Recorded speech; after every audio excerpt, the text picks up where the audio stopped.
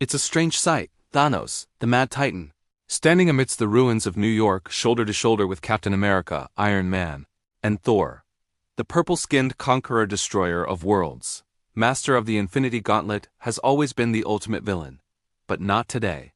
Today, the balance of the universe has shifted. To understand how we got here, it's necessary to rewind slightly. Following the events of the Infinity War, as dust settled in the wake of his infamous snap, Thanos began to watch. He observed the chaos, how loss failed to inspire the balance he'd sought. Instead, it fractured the universe, sowing discord and despair. In the shadow of his own victory, Thanos saw something he hadn't expected: a universe not remade, but broken. At his isolated farm on a distant planet, he is approached first by Tony Stark. Tony, never one to let a feud go unspoken, has come not with vengeance but with an offer. "Let's try it your way, Thanos," Stark says, voice heavy. "But what if, instead of destroying half, you help heal us all?" Thanos, for all his convictions, hesitates. His logic has been unwavering, but he is, in some way, haunted. Perhaps it's the ghosts. Maybe it's the silence. But when the Avengers arrive, Earth's mightiest heroes, haggard but determined, they speak of redemption, of using power not to erase but to preserve. It starts with a single act of trust. Thanos returns the Time Stone to Doctor Strange. The action alone ripples through the universe, the balance teeters. Next, Bruce Banner and Natasha Romanoff bring him to Earth, standing between their teammates and the Titan, vouching for their new, unlikely ally. Of course, not everyone is convinced.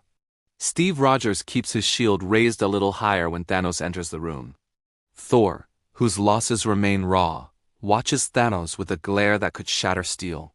But the world is different now. Determined to undo what was done, the Avengers propose a plan grander still, not simply reversing the snap, but coordinating a new alliance, uniting former enemies Kree, Skrull, Asgardian, and human toward rebuilding. And so Thanos becomes an Avenger. The transition is rocky. The first mission comes when stray Chitauri warbands, set loose after the snap's chaos, begin attacking Earth's recovering cities. Thanos, with the Power Stone in hand, is the spearhead. He stops the onslaught with minimal casualties, something no one had expected. The former villain's presence on the battlefield is a paradox. Old enemies flee, new allies fall in behind him. When a battered Chitauri commander pleads for mercy, Thanos pauses. He spares them. The news spreads like wildfire. Earth's governments balk.